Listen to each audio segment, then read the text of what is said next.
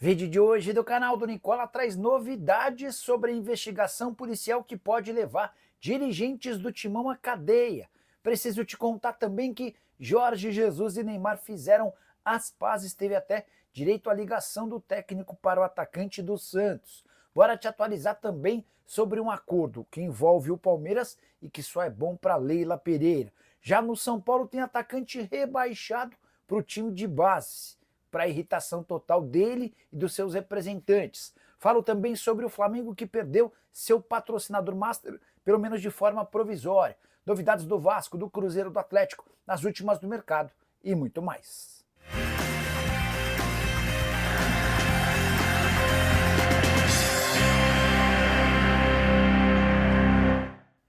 Fala aí pessoal, sou Jorge Nicola, bem-vindos a mais um vídeo do canal, sempre bom ter vocês por aqui.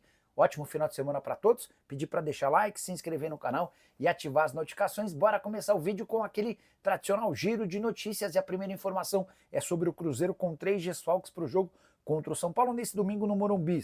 Não jogam Matheus Henrique, volante com problema no joelho, Jonathan Jesus, suspenso, ele é zagueiro, além do atacante Bolassi, que se recupera de dores no joelho direito. Já o Atlético Mineiro pode contar com o Jair, volante que fez sucesso no próprio Galo sob o comando do Cuca. Jair que pertence ao Vasco, mas não vive uma boa fase.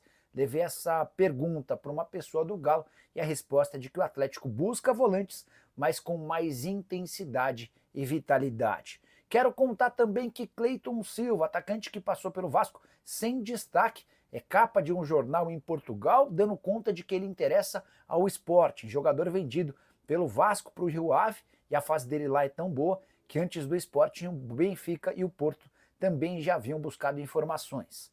Hora de te atualizar sobre a Conmebol, que suspendeu provisoriamente a presença de torcedores do Colo-Colo em partidas do time como mandante na Libertadores da América, tudo por causa da confusão contra o Fortaleza. De acordo com o jornal chileno La Terceira, existe a possibilidade até de o Colo-Colo ser excluído da Libertadores desse ano. Não acredito nessa possibilidade. Para completar o giro de notícias, contar que nesse sábado começa a Série C do Campeonato Brasileiro, a nossa terceira divisão, com a presença de 5 times que já estiveram na elite do futebol nacional desde que o brasileiro passou a ser disputado por pontos corridos. São eles Ponte Preta, Guarani, Figueirense, CSA e Náutico. Para completar o giro de notícias, contar que a CBF anunciou os valores das cotas de participação na Série D, que equivale à 4ª e última divisão do futebol nacional, da qual minha Portuguesa faz parte. Cota bem pequena, o valor é de R$ 458 mil na fase de grupos, com 14 partidas. E o time que for avançando e chegar até o título vai ter direito a um prêmio acumulado de R$ 1.300.000. Meu Deus do céu. Bora de notícia importante, quero contar para vocês que o patrocinador master do Flamengo está suspenso temporariamente pelo Ministério da Fazenda. Contrato que vale ao Flamengo 470 milhões de reais por 4 anos. É que a Secretaria de Prêmios e Apostas do Ministério da Fazenda suspendeu nesta sexta-feira 4 casas de apostas de funcionarem no Brasil, entre elas a PixBet, parceira do Flamengo. Aí você pode estar se perguntando, mas Nicola, o Flamengo estreou no jogo contra o Grêmio a Flabet. Tem algum problema? Sim, porque a Flabet tem o mesmo parceiro, é o mesmo parceiro da PixBet. É uma casa de apostas criada pelo Flamengo e pela PixBet dentro desse mesmo escopo. Dessa maneira, já para o jogo contra o Grêmio, o Flamengo não poderá exibir seu patrocinador master. Um dos advogados da PixBet assegura que é uma questão burocrática que já está sendo resolvida e em breve tudo voltará ao normal, mas a verdade é que nesse momento não há autorização, essa suspensão é provisória e válida por 90 dias. As outras 3 casas de apostas que também foram suspensas não participam do futebol brasileiro, patrocinando times das séries A e B.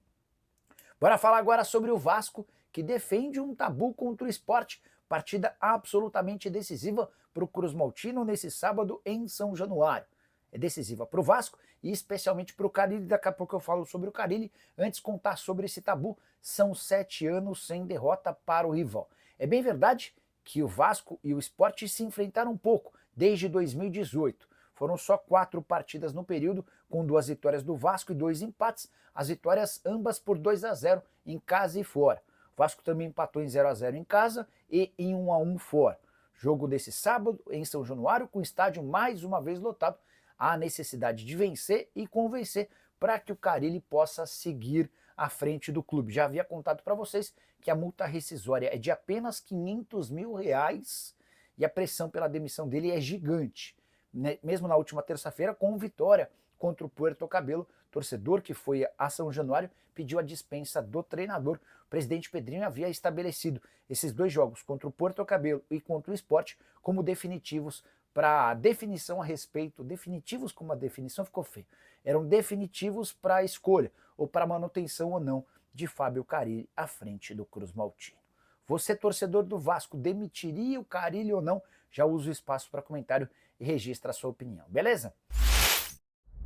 Hora de informação importante no São Paulo, o tricolor rebaixou para o time sub-20 o atacante Henrique do Carmo, jogador de 18 anos de idade, que em dezembro do ano passado havia renovado o seu contrato até dezembro de 2028 com multa rescisória de R$400 milhões.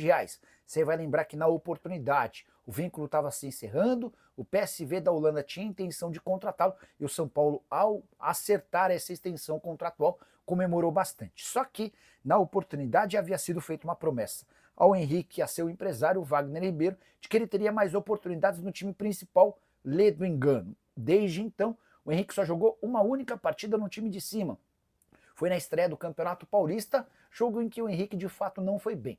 Depois ele ainda foi para 2 partidas no banco de reservas, também do Campeonato Paulista, e desde 19 de fevereiro nem figura mais na lista de relacionados, o que tem causado enorme irritação do Henrique e do seu empresário, o Wagner Ribeiro. Mais recentemente, diante da falta de oportunidades, o pessoal do departamento de futebol decidiu rebaixar o Henrique para os jogos do Sub-20. No primeiro momento, ele se recusou a participar dessas partidas. Depois, foi convencido de que seria mais importante jogar no Sub-20 do que ficar completamente esquecido. E o Henrique, aos pouquinhos, tem contribuído para o time Sub-20. Ele fez um gol na derrota para o Santos, na derrota contra o Santos, e participou de 2 assistências na vitória de virada contra o Corinthians por 3-2.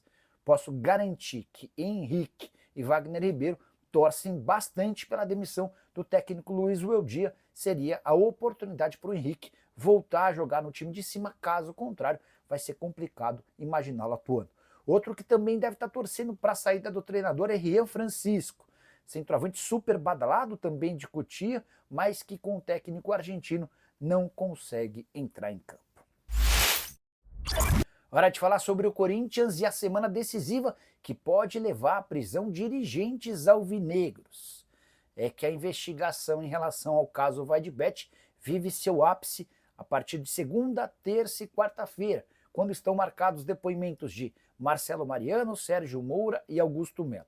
O primeiro a prestar depoimento na condição de investigado e não de testemunha é Marcelo Mariano, que atua ainda como diretor administrativo do Corinthians. Ele foi o responsável por agilizar o pagamento de 2 notas fiscais a Alex Cassundé, o laranja da negociação de R$25 milhões entre Corinthians e Vaidbet. Só para você entender o contexto, a polícia passou a investigar esse caso depois de descobrir que o Corinthians se comprometeu a pagar R$25 milhões de comissão ao Alex Cassundé, só que o Alex nunca participou de intermediação nenhuma entre as partes.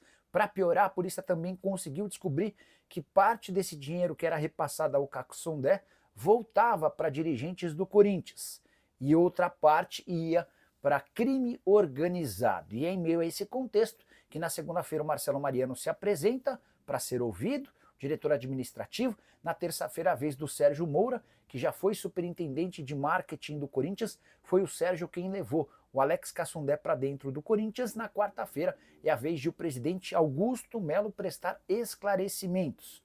Todos os depoimentos marcados para as 2 da tarde numa mesma delegacia. E eu posso garantir para vocês que esses 3 depoimentos vão encerrar o indiciamento, vão encerrar o inquérito e a partir daí restará o indiciamento da polícia e a denúncia do Ministério Público. As pessoas que estão cuidando de perto do caso asseguram que existe o risco real de prisão para dirigentes corintianos, que o Timão foi vítima, nesse caso, de pessoas que se aproveitaram da oportunidade para fazer dinheiro. Estou muito curioso para saber como é que essa história termina, algo super relevante que pode inclusive mudar os rumos da política alvinegra. O que você pensa sobre todo esse contexto? Já usa o espaço para comentário e registra a sua opinião, beleza? Bora mudar de assunto e falar sobre Palmeiras na Arena Barueri. Palmeiras e Corinthians se enfrentam nesse sábado no estádio que apenas Leila Pereira gosta. Torcedor do Palmeiras detesta, jogadores já demonstraram pouco ânimo em jogar por lá, mas para Leila Pereira o acordo é sempre muito bom, até porque ela havia adquirido algum tempo atrás, ela arrendou por 35 anos a Arena Barueri. Então toda vez que há um show no Allianz Parque, você pode ter certeza que o Palmeiras vai jogar na Arena Barueri, até porque dessa maneira o estádio da Leila acaba ganhando visibilidade. Importante contar que as últimas 3 partidas do Palmeiras por lá terminaram com derrotas. No Campeonato Brasileiro do ano passado, o Palmeiras perdeu para Internacional e Atlético Paranaense. Já no Campeonato Paulista desse ano, derrota para o Novo Horizontino. 3 jogos e 3 derrotas, com média de público nesses 3 jogos bem baixo. 11.902 torcedores, nada que se compare às médias de público do Allianz, sempre acima dos 30 mil pagantes e arrecadações superiores a 2 milhões de reais. Mas é dessa maneira que o Palmeiras enfrentará o Corinthians por conta de um show do Gilberto Gil. E é bom que o torcedor palmeirense já vá se acostumando com a ideia de jogar na Arena Barueri, isso porque no dia 11 de maio o confronto contra o São Paulo também será no estádio da cidade vizinha, a capital paulista. Na oportunidade, outro show agora do System of a Down. Só para completar, preciso contar para vocês que esse jogo de sábado, clássico contra o Corinthians, marca o 50º jogo do Verdão sem o Allianz Parque como mandante. Desde a construção desse novo estádio, o Palmeiras já precisou atuar 49 vezes, tendo o mando de campo fora do seu estádio por conta de limitações no Allianz Parque. O jogo desse sábado será o jogo de número 50. Você tem alguma ideia de qual foi o estádio que mais recebeu partidas do Palmeiras depois do Allianz como mandante? Acertou quem lembrou do Pacaembu, 26 jogos, foram 14 partidas na Arena Barueri, 3 partidas no Brinco de Ouro e do Morumbis, outras partidas, outros estádios com menos partidas também fizeram parte dessa conta. Bora fechar o vídeo com informação exclusiva: Jorge Jesus e Neymar fizeram as pazes. Mesma pessoa do Al Hilal que me contou que em janeiro técnico e jogador brigaram feio no vestiário na frente de um monte de gente, me contou nas últimas horas que o Jorge Jesus entrou em contato com o Neymar por telefone por conta do aniversário do atacante para dar os parabéns e colocar um ponto final naquela treta antiga. O Neymar acabou aceitando o pedido de desculpas e se tornou ou voltou a ter amizade com o treinador português. A relação entre eles nos tempos de Al Hilal não era ruim, dá para dizer até que era boa. A coisa começa a piorar na virada de 2024 para 2025, quando o Neymar procura o JJ para perguntar sobre os planos do clube para com ele, e o Jorge Jesus garante que iria utilizá-lo durante o primeiro semestre desse ano. Mas, na primeira quinzena de janeiro, o Jorge Jesus concede uma entrevista coletiva e diz para todo mundo que o Neymar não seria utilizado porque não tem mais capacidade física para jogar como em velhos tempos. Para piorar, o Al Hilal ainda decidiu por liberar o Neymar, rescindindo seu contrato. Antes de sair do time saudita, o Neymar reuniu os atletas e na frente do Jorge Jesus, com o dedo em riste, falou: "Você é um traíra, o que você fez não está certo, mas o mundo dá voltas." Esse mundo dá voltas foi entendido pelos outros jogadores como um recado em relação à seleção brasileira. Todo mundo sabe que o JJ adora a seleção brasileira, tem esse sonho de treinar o Brasil e que o Neymar trabalharia para frustrar essa ideia. Dá para dizer que depois da ligação do JJ e o pedido de desculpas, o Neymar não vai mais trabalhar contra a contratação do treinador. Mas tem uma observação importante, também de acordo com essa minha fonte do Al Hilal, que é brasileira, é bom que se diga, é importante dizer que ninguém da CBF abriu negociações com o Jorge Jesus. O técnico sabe que o cargo está vago, fez chegar aos ouvidos do Rodrigo Caetano, que é o diretor de seleções, a sua intenção de trocar o Al Hilal pela seleção brasileira, mas até agora nenhum movimento contrário do outro lado da CBF em relação ao português. A impressão que se tem é de que a CBF vai esperar pelo menos mais um pouco por Carlo Ancelotti, que está balançando no Real Madrid depois das derrotas para o Valência no Campeonato Espanhol e para o Arsenal por 3-0 na Liga dos Campeões. Só para completar sobre o Al Hilal, nessa sexta-feira, empate com o Al Ettifaq em 1-1, resultado horrível do ponto de vista do campeonato local, nacional. É que nesse momento o Al Hilal está 7 pontos atrás do líder da competição, o Al Ittihad, restando 7 rodadas. Difícil imaginar que o Al Hilal terá a chance de ser bicampeão de forma consecutiva. JJ na seleção brasileira, para você tá bom? Ancelotti, quem que você escolheria como técnico? Já usa o espaço para comentário. Só não esquece de deixar like, de se inscrever no canal. A gente se encontra assim que surgir notícia. Tchau!